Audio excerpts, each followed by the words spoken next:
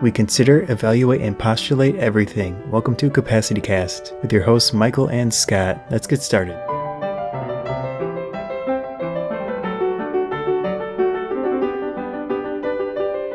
Will local stores survive? It's good questions. Survive what, you may ask? Yeah. What's the apocalypse? The retail apocalypse. Yeah. Which happened a few times at least already, and I'm sure will continue to happen. Mm-hmm. What's happening to local stores right now? The internet's happening to them. Yeah, and it's been happening to them for a long time.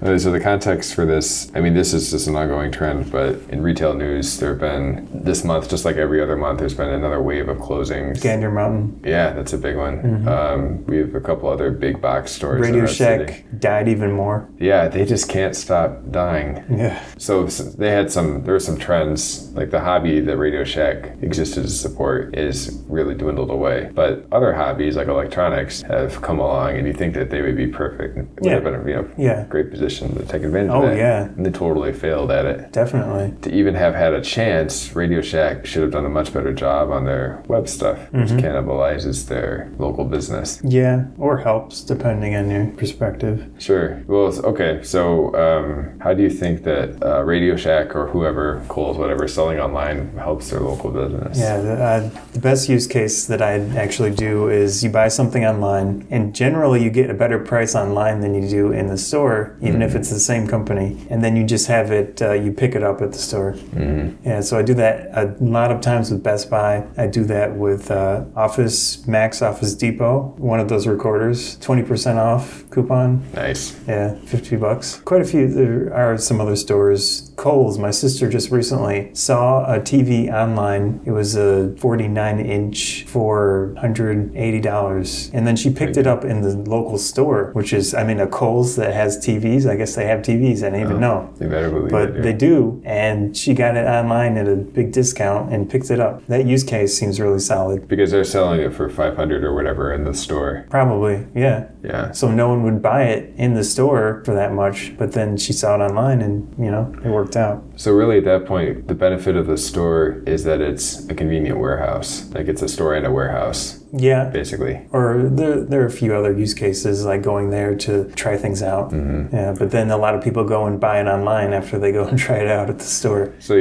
what I'm trying to figure out is, presumably some of the reason that the TV is $500 in the store and $400 online is because the extra $100 the price has to pay for all these employees and this shopping experience. And the potentially. So is it worth it to them to lose that margin in exchange for having an easy way for you to get your stuff you buy online? Well, they either make a sale or they don't make a sale at this point. Oh, that's true. Yeah. Say that everybody starts buying stuff a lot of people start buying stuff from Kohl's online, picking it up in store. Yeah. They get a bunch of business, but is that going to put them out of business because they can't really afford to keep the store running and sell them? It's possible. I don't know what the margins are in relation to how it works. The TV in this example was 1080p, so it's not a 4K. It's not a newer TV. Sure. It's probably been sitting there for at least a year in the store. So, they do a sale online, and then they get rid of that inventory. It seems way better than doing a flyer or whatever, Flyers are probably going away too. Your Sunday paper gets thinner and thinner. Definitely. Yeah.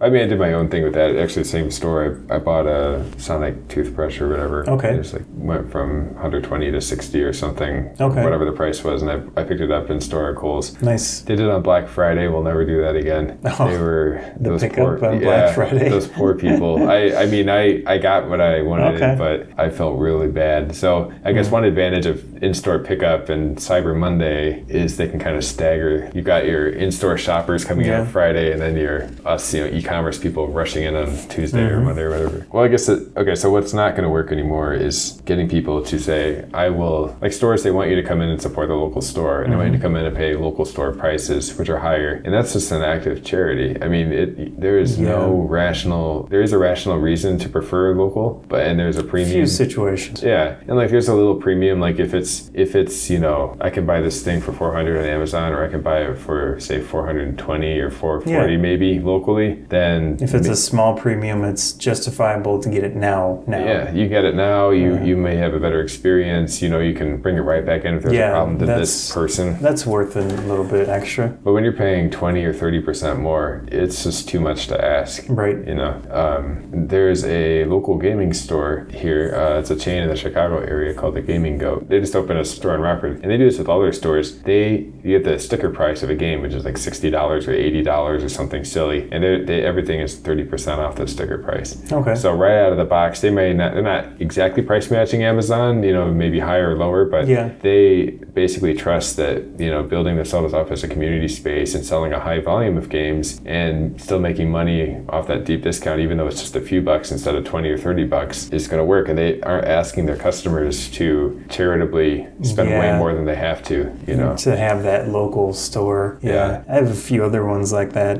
Cameracraft in Rockford, which is a local business. There used to be 2 camera stores, but one of them died. Yes. No surprise. But this one still is around. There's one guy that works there he's willing to deal with people. So you can get deals, or you can trade things in and get a discount on your equipment that you want to buy. And it works out relatively well, but they can't get the pricing as some online stores. There is, at least with cameras, there's some price fixing basically by the manufacturers these days. Nice. Trying to make the local store survive, which probably helps them quite a bit. But another one, Guitar Center, you can do the online and then pick up in the store, which I did once or twice. That worked out relatively well, but the prices are, like you said, slightly more to get it locally than Amazon or some other store like that. Sure. Barnes & Noble enrages me because I understand the desire to protect local margins, and you don't want to necessarily discount your book if you don't have to. But if you buy a book on bn.com and do pick up in store, you'll pay $18 for it.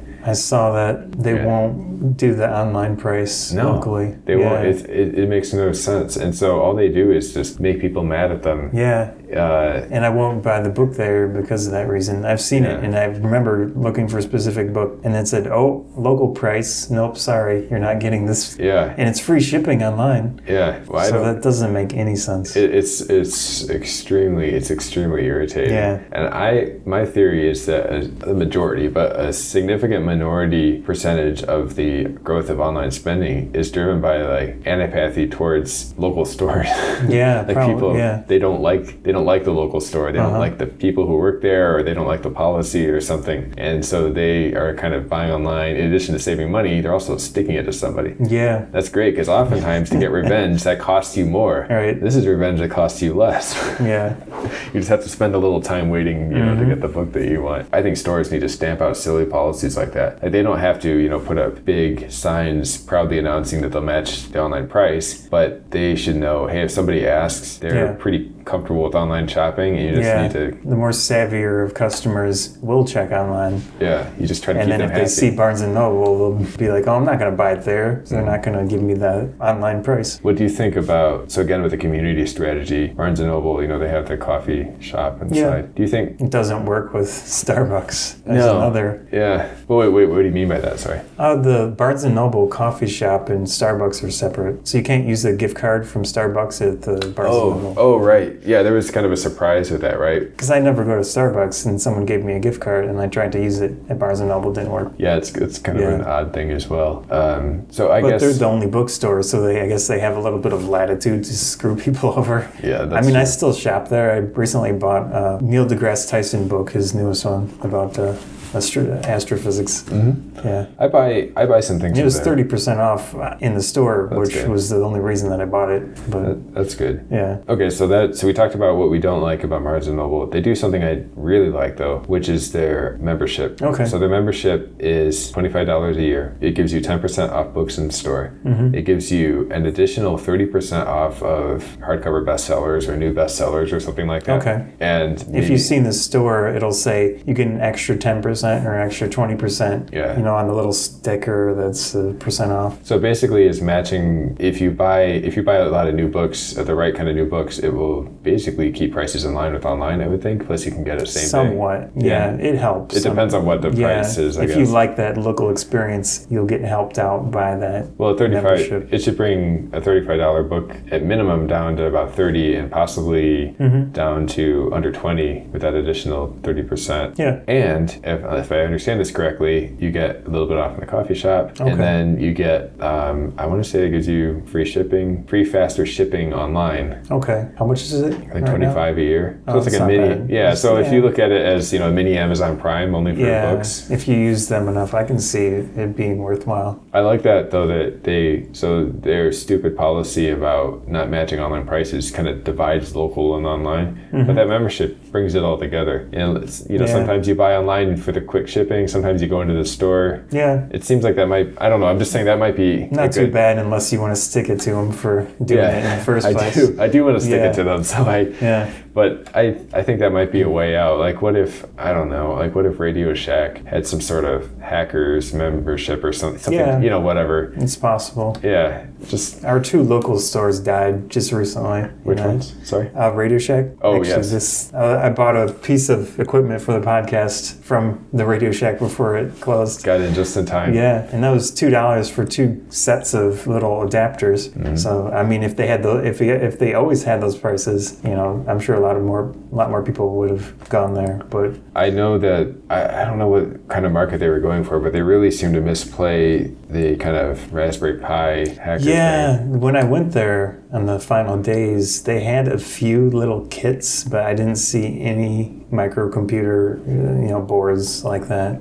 Those are really marked up. So that's one thing that does not work in my opinion. It's one thing where, a book has always cost $30 and now they're online for $20 and you decide if you want to change your habit and start buying online. Yeah. It's another thing when something basically came from online, the Raspberry Pis or Arduino kits, that's where you bought them. And then the local stores started to bring them in and they marked them up. Yeah, well, there are actually a few examples of local stores that kind of get it. So Micro Center is one of the biggest ones where a lot of the deals you have to go to the store to get. You can't get it online, which is the reverse, and it actually works to support their local store, the local economy. I like that. Yeah, so they had Raspberry Pi computers there, and they were relatively cheap. I think they might have even been less than the main seller on Amazon at the time. That's good. That's a good idea to get people there. Yeah, I think that can help. I think a bit of there's still with the local store that sense of discovery.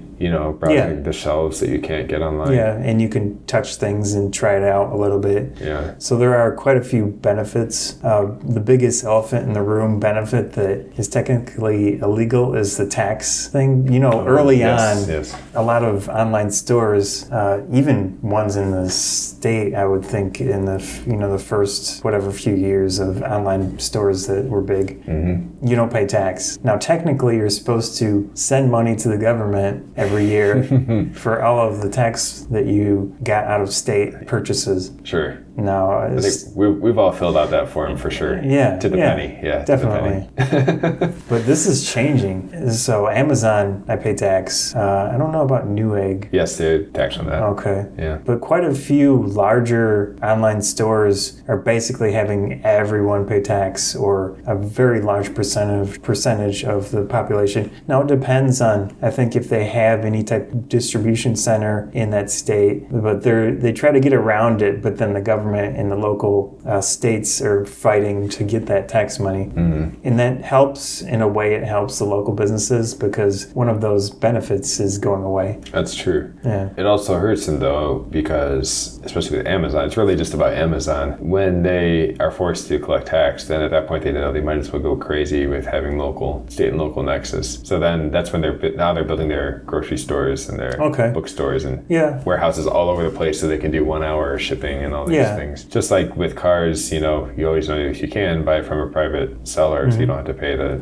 6% on the value of the car, same kind of thing. But you could see that it was probably hurting Amazon or something because they were trying to get higher margins because they kept increasing the minimum amount you could to get free shipping. Yes. Which I think it just went down $10, but it was up to $50 minimum, I think, at one point. Yeah, so they're not, and that's a good point. So they're definitely, some of the things we like about online sales are not actually making money. They might even be losing money for the company. Mm-hmm. And the shipping companies are the ones, the real winners. That's true. They do like that. Yeah. They love that sweet Amazon business. Right. Yeah. So it's hard to say when all these businesses mature, and on e-commerce has stopped growing and it's stable, which one are we going to prefer more? Yeah. Do you prefer online or local, or do you have certain use cases? When I want to buy something, I get impatient. So if I can get it affordably locally, I will do it every time. Yep. But I can't. And it's not even about price all the time. It's about selection. Yeah. My USB headset broke. Okay. And so I bought a new one, and I didn't even bother looking because I knew the one that I wanted, which was, well reviewed on the Wirecutter and so forth. I knew it was not going to be easy to find, or if it did happen to be at Best Buy, it was going to cost like $30 or $50 more. Yeah. So I'm paying $25 for this thing, and then I just don't even think about it. It's going to show up at my house in a few days. Yep. Same here. I would definitely prefer local, which I picked up a used camera locally recently and a voice recorder. Basically, it just happens on chance. If I see something that's a good deal and it's local, I'll pick it up if it's kind of on my wish list of things that I kind of might want or need